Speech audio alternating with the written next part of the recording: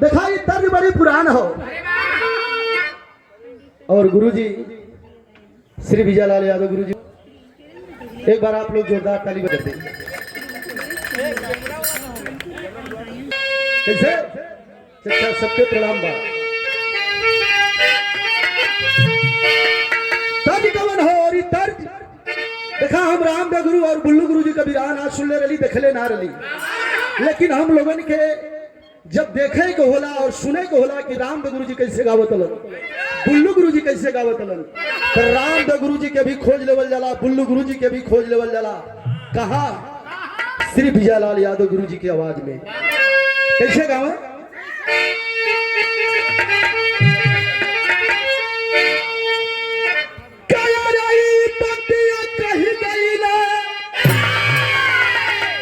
ए चिंता अरे बतिया कही गई ना, अरे पहले का पुरनिया, अरे उड़ाइले मौज बबुनी, अरे उड़ाइले मौज बबुनी, अरे जब बाज बनिया उड़ाइले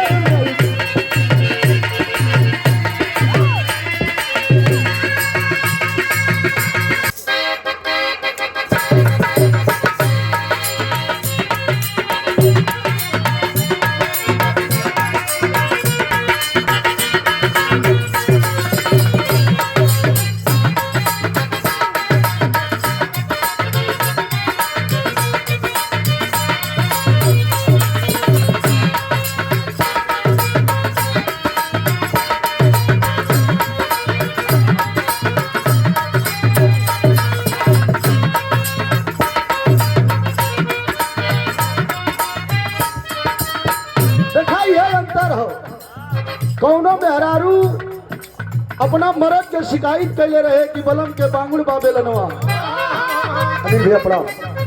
लेकिन इधर कौनो मेहरारू अपने मर्द का जवन हो बखान कर दिया। इतना लसरुआ बाण कि पीछा छोड़े बदे ना तैयार हुआ। अब इधर दुल्ही अपने दुल्हा का बखान कैसे कर दिया। दुल्हिया कह दिया अरे सारी रात सुतवली हो,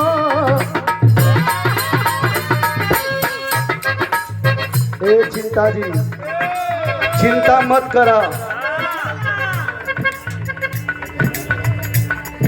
राजेश भैया प्रजापति जी आपके तरफ से 50 रुपए का पुरस्कार, आपके चरणों में प्रणाम। सब भैया लोगन के प्रणाम नमस्कार बा।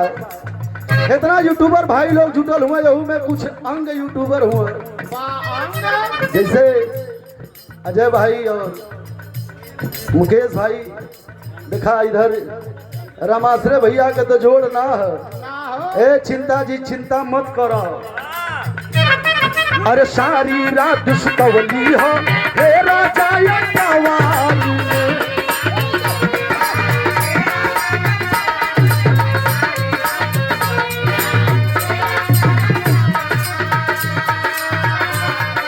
श्रीमान विजय। अरे सारी रात सुतवली हो हे राजा सवारी,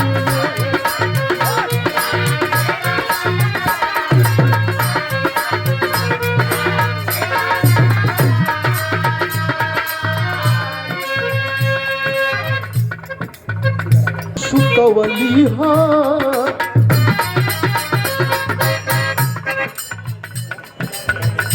श्रीमान ओम प्रकाश यादव जी मंच पर आ जाए, आपका सम्मान बारात मलिकार करेंगे।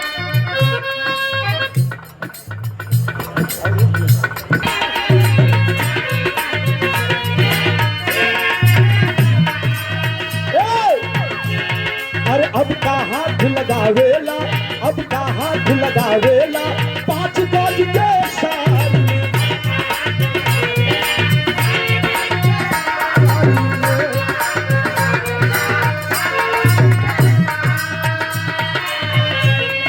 राम स्वारथ यादव जी तेतरिया के धरती से 500 रुपया। अरे सारी रात सुतवली हो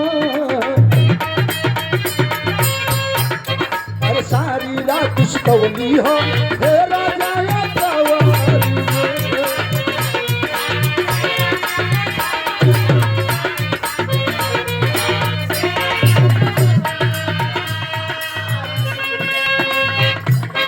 अरे सारी रात सुतवली हो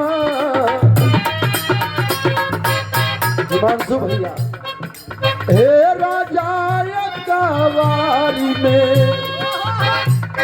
अरे अब का हाथ लगावेला अब का हाथ लगावेला 5 गज के साड़ी में।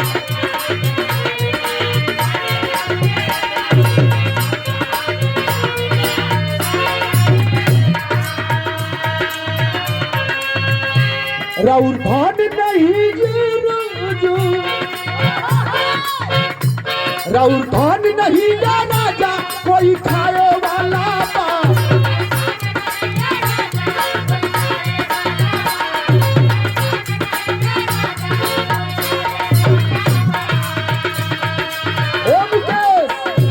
राउर धान नहीं जा राजा कोई खाए वाला बा।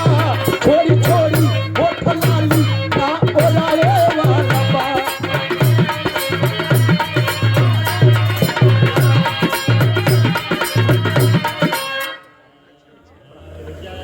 भूषण भैया अरे मानो तानी मान जोगे अरे मानो तानी मान जोगे पानी रहुआ मरद।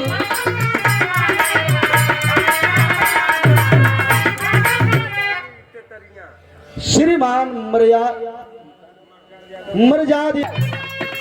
अरे मानो तानी मान जोगे पानी रहुआ मरद।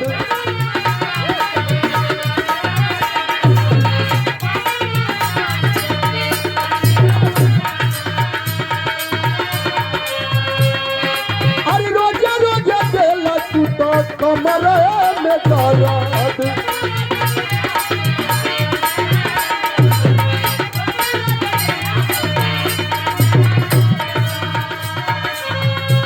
हई बॉडी के तिजोरी हई बॉडी के तिजोरी ना लुटाए वाला बा। हेलो हेलो हेलो तिजोरी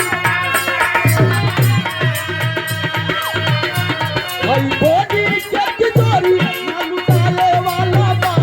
छोड़ी छोड़ी होठ लाली ना ओराए वाला बा।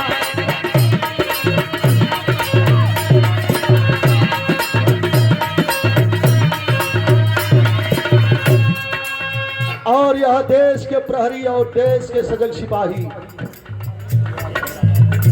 बलिदानी धरती शहीदी धरती करंडा गाजीपुर के रहने वाले और फौज